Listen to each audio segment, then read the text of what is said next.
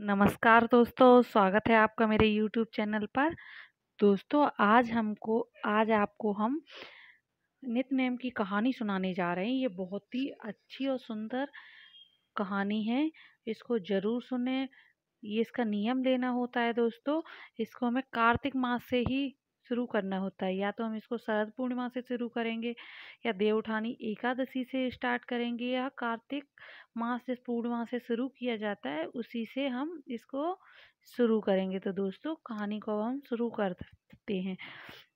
जब राम सीता जी वनवास काट रहे थे उसी समय माता सीता ने नित्य-नेम की कहानी का 12 साल का नियम रख लिया था। और तो वो अपनी रोज कहानी करती थी। तो वो कहती थी, राम आए लक्ष्मण आए देश के पुजारी आए नित्य-नेम का नेम लाए। आओ राम बैठो राम तपी रसोई जीमो राम माखन मिश्री खाओ राम दूध बतासा पियो राम सूत के पलना पोड़ो राम लाल दुसाला ओढ़ो राम।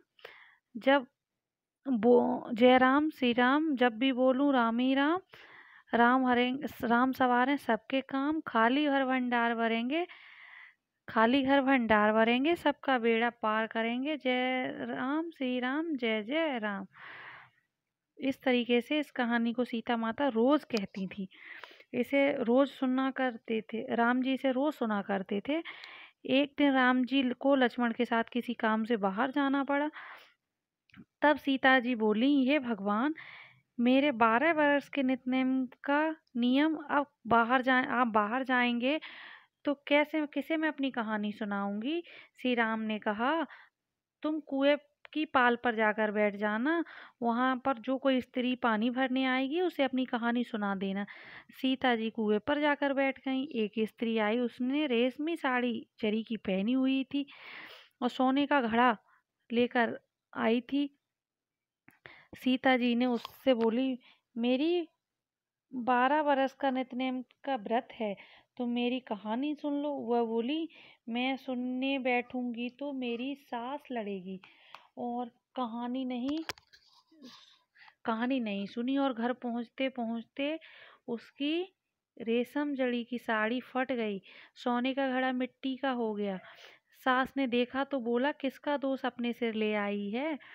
वह बोली, माताजी मैं भी हैरान हूँ, ये कैसे हुआ। मैं तो कुएं से पानी भर कर आ रही थी, लेकिन कुएं पर एक औरत बैठी थी, अपनी कहानी सुनने को कहा, मैंने मना कर दिया। सास उसी समय बहू की साड़ी पहनकर मटका लेकर और कुएं के पास चली गई। वहां सीता माता बैठी मिली। सीता माता बोली, बहन मेरी कहानी सुन लो।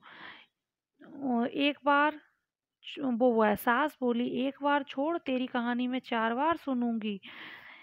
यह देख सीता माँ बहुत प्रसन्न हो गई। उसने कहानी सुनी, उसकी साड़ी जरी की हो गई और मटका सोने का हो गया। तब उसने पूछा, आप कौन हैं। सीता माता ने कहा, मैं सीता हूँ। और वह औरत उनके चरणों में गिर पड़ी और घर गई। बहू बोली, आपने ये कैसे किया। सास बोली, तू दोष लगा कर आई थी, मैं तेरा दोष उतार कर आई हूँ। जो स्त्री तुझे कुएं पे मिली थी वो सीता माता थी, जो पुराने को नया कर दें और खाली घर भंडार भर देती हैं।